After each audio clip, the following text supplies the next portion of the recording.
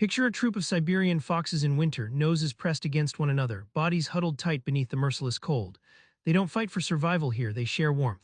Peter Kropotkin opens us to a radical idea. What if cooperation, not ruthless competition, is the real engine behind life's toughest battles?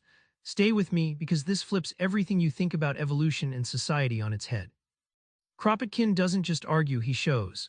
Beneath the surface of natural history, there's a quiet revolution, species thriving not by beating each other but by helping one another. Let's uncover how mutual aid is nature's hidden rulebook. In the frozen wilds of Siberia, Kropotkin observed foxes, wolves, and even birds sharing shelter during brutal storms. This wasn't random kindness, it was survival strategy.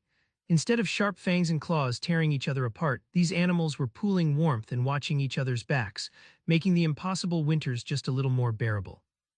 Think of mutual aid like a multi-tool for survival, versatile and indispensable. It's not just about self-interest, it's about collaboration becoming a force multiplier. Just like a tightly knit knitter's circle, each stitch strengthens the next.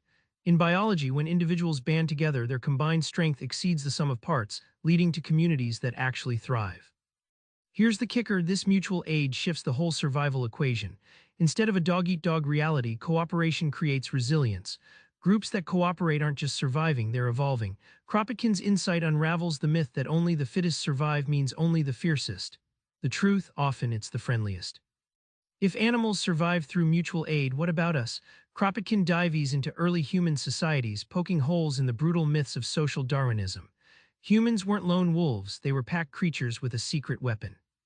Kropotkin wasn't guessing when he described indigenous peoples living in the Russian steppes in Siberia. These groups pooled resources like food and hunting tools, guarding no hoard or cash for the fittest. Instead, survival meant sharing what little you had, from shelter to knowledge, creating networks of mutual support that no individual alone could manage. Imagine society as a spiderweb, each thread connected, each knot reinforcing another. Cooperation works like that. It's the invisible glue holding humans together. Whether it's sharing food, helping with childbirth, or teaching skills, this cooperative network is what allowed us to scale deserts and jungles alike, build villages and later cities. So instead of Darwin's ruthless solo survivor, think of human evolution as a grand team sport. Helping your neighbor wasn't just moral, it was adaptive. The communities that survived and flourished were the ones that worked hand in hand, rewriting the story from every man for himself to all for one and one for all. For decades, social Darwinism told us life's a pitiless struggle. Kropotkin throws down a counterpunch, revealing cooperation as a deeper, more accurate driver of progress. Here's what that means for understanding society today. Social Darwinism, which took Darwin's natural selection and twisted it to justify cutthroat capitalism and imperialism, paints a bleak world where only the ruthless rise. But Kropotkin saw in nature and human history something else entirely, moral and material progress coming from mutual support, not selfishness. His critique highlights how we misunderstood survival of the fittest as survival of the fiercest, missing the nuanced cooperative reality. In Kropotkin's view, mutual aid isn't just biology or anthropology, it's political revolution bait. If societies embrace cooperation, they undercut hierarchies built on domination and exploitation. Picture mutual aid like a social defibrillator, a jolt restoring life to communities fractured by competition, inequality, and greed. This flips the script on what's possible. Instead of resigned acceptance of dog-eat-dog economics, Kropotkin's insight invites us to build new social orders grounded in collective care.